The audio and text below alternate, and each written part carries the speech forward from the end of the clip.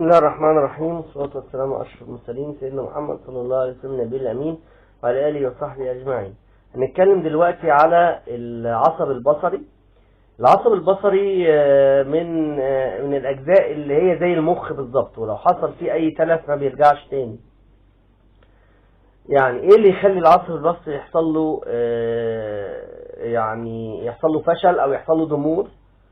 من ضمن الأسباب نزيف العين. أحيانا بيحصل فجأة نزيف في المخ في حتت معينة، وبالتالي بتأثر على العصب البصري ويتبوظه، أو بتأثر على مركز الإبصار في العين ويتبوظه. زي ما قلنا المخ زي العصب البصري، لو حصل فيه تلف العصب البصري بينقل الصورة للمخ، والمخ هو اللي بيترجم الصورة في الآخر.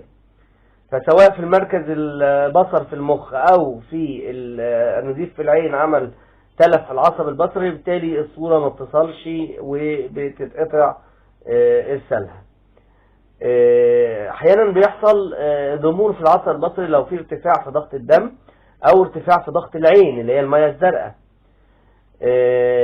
احيانا بيحصل ضمور في العصب البصري لما يكون في تصلب في الشرايين اللي هي بتغذي العصب البصري الشديد، وبالتالي بينقطع تقريبا